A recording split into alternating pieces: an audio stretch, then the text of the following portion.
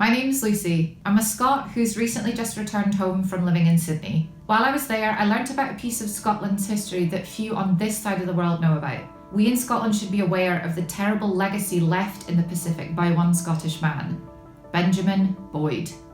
I wonder if any of us have ever heard of Benjamin Boyd. A good Scottish name, right? Born in Scotland, Boyd eventually travelled to Australia and by 1847 started a practice that would devastate so many people's lives, known as blackbirding. Blackbirding is described as the coercion of people through deception or kidnapping to work as slaves or poorly paid labourers in countries distant to their native lands. In Boyd's case, he threatened, coerced and kidnapped people from the South Pacific Islands and brought them to New South Wales, Australia. It lasted a total of 51 years, and within that time around 60,000 Pacific Islanders were taken. Even now, 150 years later, the legacy of blackbirding is still felt.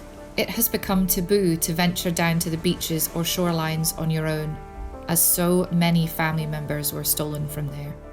I recently talked with Imelda Davis, the president of the South Sea Islander Cultural Group, whose own grandfather at 12 years old was kidnapped and taken as part of blackbirding to work on the plantations in Australia. Trauma doesn't dissipate.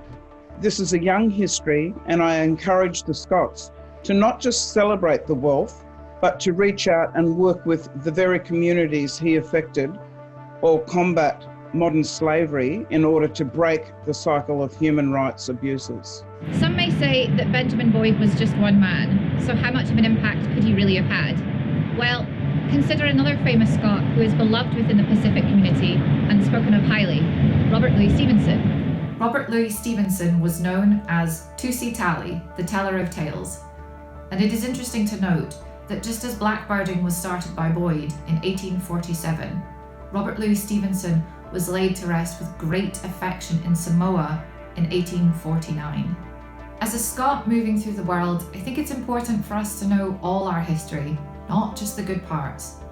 Boyd's legacy lives on in the Pacific, and I think the least we can do is learn about what he did and teach it in our schools.